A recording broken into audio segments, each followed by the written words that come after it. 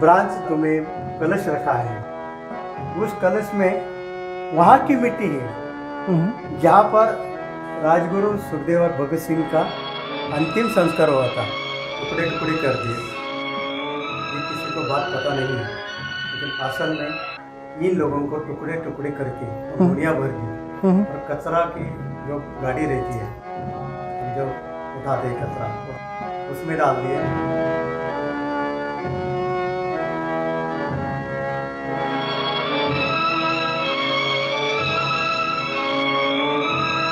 तो दोस्तों इस समय मैं आया हूँ हुतात्मा शिवराम राजगुरु के जन्म स्थान राजगुरु नगर में। यहाँ पर आकर मैं मिला विट्ठल जी से। अभी विट्ठल जी हमको हुतात्मा शिवराम राजगुरु के बारे में बताएंगे।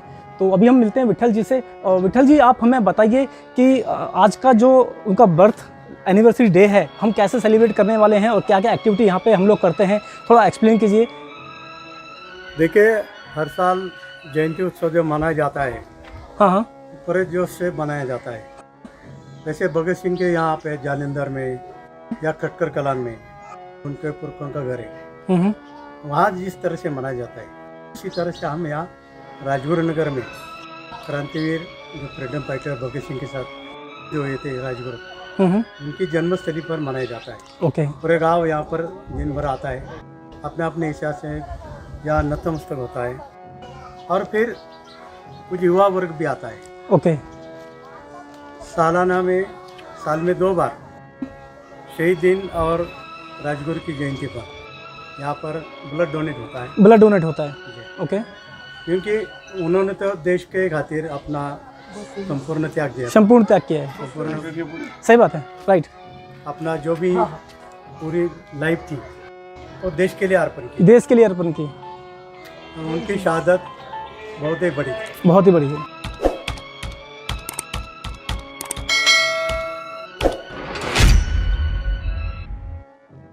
हम अभी राजगुरु नगर में उनके जन्मस्थली पर आ रहे हैं।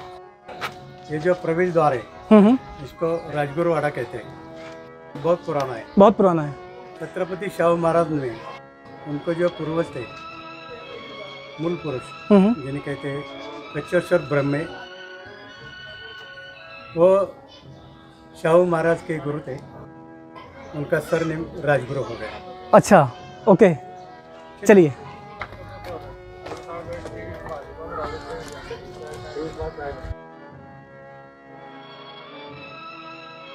यह थोरला वाड़ा है राजगुरु का। जला इमारत है। 2 भाई थे, एक राजगुरु और एक दिनकर। तो उनका जो दूसरा बड़ा भाई था, राजगुरु को 2 माताएं थी। उसमें दूसरा जो भाई था वामन, उन्होंने इस इमारत के विभाजन किया। तो आधा भाग उनको चला गया और आधा भाग दिनकर रहा, जो उनके बड़े भाई थे राजगुरु, और राजगुरु के नाम से आधी इमारत हो गई। आधी इमारत जो आधी बची है वो अभी राजगुरु और उनके रिलेटिव्स, उनके बड़े भाई दिनकर, उन्हीं के हिसाब से उन्हीं के हक में जाती है। क्योंकि राजगुरु ने शहादत से पहले अपना पूरा हक उनको दिया था, क्योंकि जो भी प्रॉपर्टी रहती थी उनके नाम किया था। ओके। तो उसके बाद दिनकर के बेटे कमलाकर जी ने 2009 को ये पूरा का पूरा जो जन्मस्थली है, जो प्लेस है, वो सब गवर्नमेंट को बिना किसी पैसे के बिना सब कुछ दान में दे दिया। ओके, चलिए।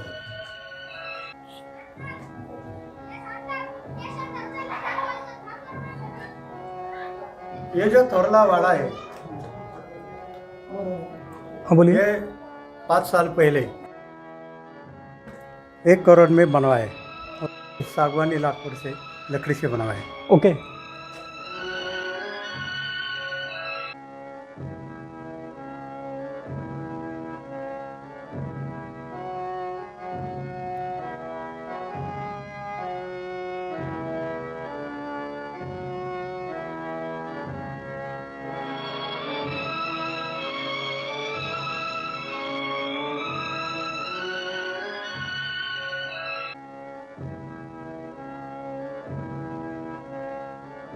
अब हम राजगुरु की जन्मस्थली पर है। ओके। मेरे पीछे जो इमारत दिखती है, जो भी बिल्डिंग है छोटी बड़ी, वो पे राजगुरु का 24 अगस्त 1908 में जन्म हुआ था और ये अभी राष्ट्रीय स्मारक बन चुका है।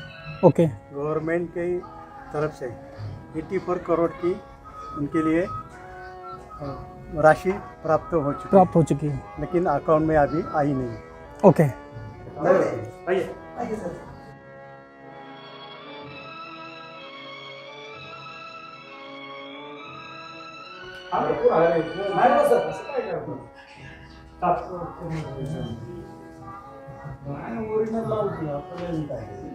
चालते ना।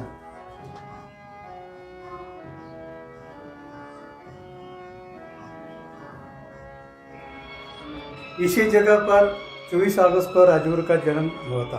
वो सोमवार का दिन था और सुबह सुबह उनका जन्म हुआ था। ओके। उनके माताजी पार्वती माई, उन्होंने यहाँ पर उनको जन्म दिया था। शिवराम नाम का इतिहास कुछ अलग है। अच्छा। लोग तो कहते हैं राजगुरु, लेकिन राजगुरु ये नाम सरनेम है उनका, लेकिन असल में उनका नाम शिवराम है। ओके। शिव का मतलब भगवान शिव शंकर होता है और राम का मतलब मर्यादित पुरुषोत्तम प्रभु राम होता है। ओके। ये दोनों का मिश्रण उसमें था। उन्होंने जो भी क्रांतिकारी किया दोबारा नहीं किया। गोली चलाई, एक बार चलाई और टारगेट को हासिल किया। जो भी काम करते थे वो एक बार ही करते थे, क्योंकि वो मर्यादित पुरुषोत्तम थे। मर्यादित पुरुषोत्तम। और शिव भी ऐसे ही थे, शीघ्रकोपी थे, उसी तरह ये भी शीघ्रकोपी थे। ओके। उनका क्रांतिकारी जो भी था बहुत महत्वपूर्ण हो चुका, बहुत महत्वपूर्ण, देश के लिए और हम सब के लिए। सही बात है। छोटा था लेकिन बहुत बड़ा था, बहुत बड़ा। Short but sweet. अभी जो यहाँ दिया जलता है, 2012 से पहले यहाँ दिया नहीं जलता था। तो मैंने कसम खाई थी, यहाँ पर उनके रिलेटिव्स हर्षवर्धन राजगुरु, सत्यशील राजगुरु, वो मेरे साथ थे। और मैंने कसम खाई, जहाँ तक मैं जिंदा हूँ, जब तक जिंदा हूँ तब तक ये दिया जलता ही रहेगा। इसका जो भी खर्चा आएगा मैं ज़िंदगी भर उठाता रहूँगा और मेरे बाद मेरे बच्चे भी उठाते रहेंगे। ये मेरी बहुत बड़ी कसम है। बहुत बड़ी, बहुत बढ़िया। इससे पहले मैंने और एक प्रतिज्ञा यहाँ पर ली थी। मंजी श्याम बिट्टा जी आए थे, भगत सिंह के भतीजे जगमोहन सिंह जी आए थे, उनके नातू राठौड़ आए थे राजस्थान से, क्रांति रत्न विष्णु गणेश पिंगले के रिलेटिव राजेंद्र पिंगले आए थे। उनके साथ मैंने कसम ली थी कि जितने भी मेरी आयु है, जितनी भी बची है जिंदगी, वो सब देश के लिए कुर्बान कर दूंगा। इस जगह पर मंजी श्याम बिट्टा जी जो हमारे देश के बहुत बड़े लीडर हैं, और जगमोहन सिंह जी भगत सिंह के भतीजे, उनके सामने प्रतिज्ञा दी थी। वो 23 मार्च 2009 की डेट, और हमने एक कसम खाई थी कि आज के बाद जितनी भी ज़िंदगी मेरी बची है वो सब देश के लिए और नींद फ्रीडम फाइटर के लिए, रिसर्च के लिए अध्ययन करूँगा, उसके लिए पर किताब लिखूँगा। तो विठल जी, इसके बाद अभी हम कहाँ चलने वाले हैं? अभी हम जहाँ पर राजगुरु खेलते थे, कूदते थे, वो स्थान देखने वाले हैं, वो जगह पर जाने वाले। चलिए।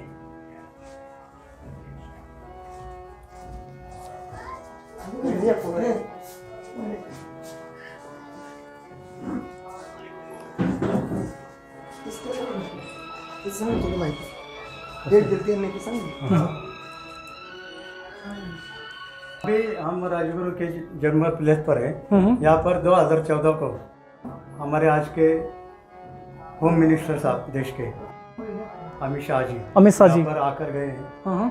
उससे पहले मनोहर जोशी आकर गए हैं। बहुत सारे लीडर लोग यहाँ पे आके गए और आते रहेंगे। सही बात। आप यहाँ पर सब कुछ देख सकते हैं, कितने फ्रीडम फाइटर हो चुके हैं, ज्यादातर क्रांति वीरांगनाएं हो चुकी है। आप सामने देख सकते हैं, उनके फोटो लगी हुई है, क्रांतिकारियों के फोटो। अब 2013 को जो सामने बहुत बड़ी तस्वीर है,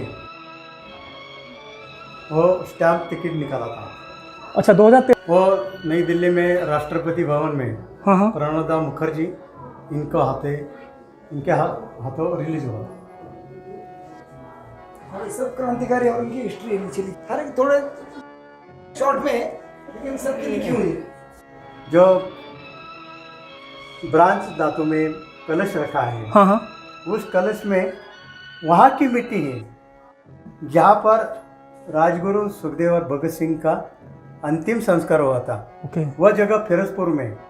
वैसे तो लाहौर में फांसी हुई थी, लेकिन ब्रिटिश सरकार घबरा गई थी, अगर इनकी अंतरा निकल गया तो पूरा देश मशाल के हाथ में आएगा सही बात और है, देश जल्दी छोड़ना पड़ेगा। जल्दी छोड़ना वो पड़ेगा, बहुत डर गए थे, बहुत डर गए थे। इसलिए उन्होंने 24 मार्च की फांसी, जो डिक्लेयर किया हुआ दिन था फांसी का, वो 24 मार्च को नहीं दी, अगले दिन मतलब 30 मार्च को दे दिया। शाम को दी थी। वैसे भी फांसी कभी शाम को नहीं दी जाती, सुबह दी जाती है। इनको सुबह के बजाय शाम को फांसी शाम दी को दी गई 23 मार्च 1931 में। 31 को। फांसी के बाद इन लोगों के जो भी बॉडीज रहती है वो आप उनके रिलेटिव्स को नहीं दी, और रातों रात लाहौर की जेल की दीवार जो पीछे जो दीवार थी वो तोड़ डाली, वहाँ से उनको निकाला गया, गोलियां भर के उनको टुकड़े टुकड़े कर दिए। ये किसी को बात पता नहीं है, लेकिन असल में इन लोगों को टुकड़े टुकड़े करके गोलियां भर दी और कचरा की जो गाड़ी रहती है, हम जो उठाते हैं कचरा, उसमें डाल दिए और वहाँ के भगा के फिरोजपुर ले गए। वैसे ये 45 किलोमीटर डिस्टेंस होता है लाहौर से फिरोजपुर। फिरोजपुर इसलिए कि ताकि इन लोगों का हिस्ट्री किसी को पता ना चले, ये अंग्रेजों का काम था। लेकिन जेल के भगत सिंह के माँ बाप थे, राजूगढ़ की माँ थी, उनकी बुआ थी, सुखदेव जी की ताया जी और उनकी माता जी थी, छोटा भाई मतरदास जो अभी नहीं है लेकिन वो भी थे। उनको कोई पता नहीं था अंदर क्या चल रहा था। जब किसी ने देखा कि ऐसा ऐसा हो गया, तो उसका असल में इतिहास ऐसा है कि जेल के पीछे एक बहुत बड़ा पेड़ था, और एक लड़का ऊपर चढ़ गया था, अंदर क्या चल रहा है वो देख रहा था, और उन्होंने आकर भगत सिंह के पिताजी को बताया कि ऐसा ऐसा अंदर हो रहा है। उसके बाद हजारों पब्लिक वो गाड़ी के पीछे लगे और वो भागते भागते फिरोजपुर आकर रुक गए, क्योंकि सामने सतलज नदी थी, वो आगे नहीं जा सके। उसके बाद उन्होंने वो टुकड़े नदी में फेंक दिए, किसी को जला दिए मिट्टी का तेल छिड़कर, लेकिन वो जले नहीं, क्योंकि वो तो बहुत गीले थे, ताज़ा थे। तो क्या हुआ, सब लोगों ने मिलकर टुकड़ों को इकट्ठा किया और भगत सिंह की माता जी पंजाब माता विद्यावती, उन्होंने आदेश दिया कि ये तीनों सुपुत्र मेरे हैं, वो एक है, अलग अलग नहीं है, तो इनका जो अंतिम संस्कार है वो एक साथ कर दो। तो तीनों का अंतिम संस्कार एक साथ हुआ है। वो फांसी पर एक साथ गई, उनका क्रांतिकार एक साथ हुआ, और उनका अंतिम संस्कार भी एक साथ हुआ। उनकी राख जिसको रक्षा कहते हैं वो भी एक साथ हुई। आज भी आप फिरोजपुर जाएंगे तो वहाँ आपको एक ही समाधि मिलेगी, तीनों अलग अलग समाधि नहीं। फिर उसके बाद क्या हुआ, 1962 में उनके सहयोगी क्रांतिकारी बटुकेश्वर दत्त, उनकी डेथ हो गई। उन्होंने कहा कि इन तीनों को जो अंतिम संस्कार हुआ उसी के सामने मेरा भी अंतिम संस्कार होना चाहिए। तो 1965 में उनका अंतिम संस्कार हुआ। फिर जून 1977 में पंजाब माता भगत सिंह की माता जी विद्यावती, उनका अंतिम संस्कार भी इन्हीं बेटों के सामने हो गया। तो फिरोजपुर में 5 लोगों की सिर्फ 3 समाधि है। राजगुरु भगत सिंह सुखदेव जी की एक समाधि है, उनके सामने बटुकेश्वर दत्त की समाधि है, और उन्हीं के सामने पंजाब माता यानी कि भगत सिंह की माता जी विद्यावती, उनकी एक समाधि। आता अपन डायरेक्ट खाली। तो ये जो अभी नदी दिखती है, अच्छा बाहर की तरफ, तो उसके बारे में यहाँ से वो छलांग लगा के स्विमिंग करते थे। अच्छा, वेरी नाइस, सबसे बड़ी बात सबसे बड़ी बात है। तो नदी को भी अभी हम लोग देख लेते हैं। पहले तो दोस्तों ये थी वो नदी जहाँ पे राजगुरु जी छलांग लगा के स्विमिंग किया करते थे। मतलब जो अभी भीमा रिवर में पानी कम है, हाँ, लेकिन ये वो प्राचीन नदी है। ये जो ब्रिज दिखता है तो 2018 को बनाया गया और उसका नाम हुतात्मा राजगुरु ब्रिज ऐसा रखा गया है। ओके। और ये भीमा रिवर है। यहाँ से राजगुरु जब बाढ़ आती है तो अपने हिसाब से यहाँ से छलांग लगाते थे, स्विमिंग करते थे और उसके बाद वो ऊपर आते थे ओके। वहाँ से। ये जो सामने बहुत पुराना ब्रिज है, ये जब चालू हो गया था उसका काम चल रहा था, तब राजगुरु वहाँ देख कर आते थे अच्छा, क्या चल रहा है, क्या चल रहा है। वो बचपन की बातें हैं। और ये जो छोटा कुआं है, कुआं, अच्छा यहाँ पे छोटा कुआं पानी पीने के लिए है। अच्छा ये पानी पीने वाला कुआं है। ओके, तो अभी कुएं के पास चलेंगे हम लोग, चलिए।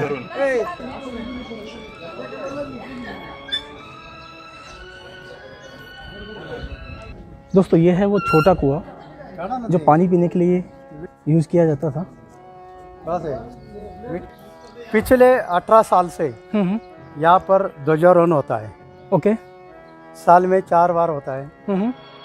26 जनवरी, उसके बाद 30 मार्च शहीद दिवस, उसके बाद 15 अगस्त स्वतंत्र दिन और उसके बाद आज यानी कि 24 अगस्त को राजगुरु की जयंती रहती है। उस दिन यहाँ पर ध्वजारोहण होता है। ओके। पिछले 18 साल से हैं, एक हमारे सब साथी मिलके कर रहे हैं। अतुल देशमुख जी और सुशील मांद्रे जी, इन्होंने ये चालू किया। ये सब कल्पनाएं सुशील मांद्रे की थी। अच्छा। उन्होंने थीम रखी ऐसा ऐसा करना चाहिए, तो तब से हमने ये चालू किया। वो गिनीज बुक रिकॉर्ड होल्डर है सुशील जी। जी कैसे? वही ने उन्होंने 22 साल पहले उनके साथी ने 40 फीट की लंबा बहुत बड़ा आकाश कंदील बनाया था। अच्छा, 40 फीट लंबा। 40 फीट लंबा। ओके। बहुत बड़ा। वो दुनिया में इतना बड़ा कभी किसी ने नहीं बनाया। राइट। तो उनकी ये थीम थी कि यहाँ पर जयंती हो या शहीद दिवस हो, हम यहाँ पर राष्ट्रीय ध्वज फहराएंगे। राइट। तो तब से लेकर आज तक ये काम चालू है। बहुत नाइस, वेरी नाइस। और राजगुरु जी यहाँ पर सिर्फ 12 साल तक रुके हुए थे। 12 साल के बाद वो क्रांति के लिए यहाँ से ये भूमि छोड़कर गए, फिर वापस कभी नहीं आए। अभी मेरे साथ देखिए यहाँ के कार्यकर्ता जी और सामाजिक कार्यकर्ता बाला साहेब वाइकर जी है। ओके। नितिन शाह जी हैं वहाँ पर बैठे हुए। सुशील मांद्रे जी हैं, इनके अंडर ये सब चलता है।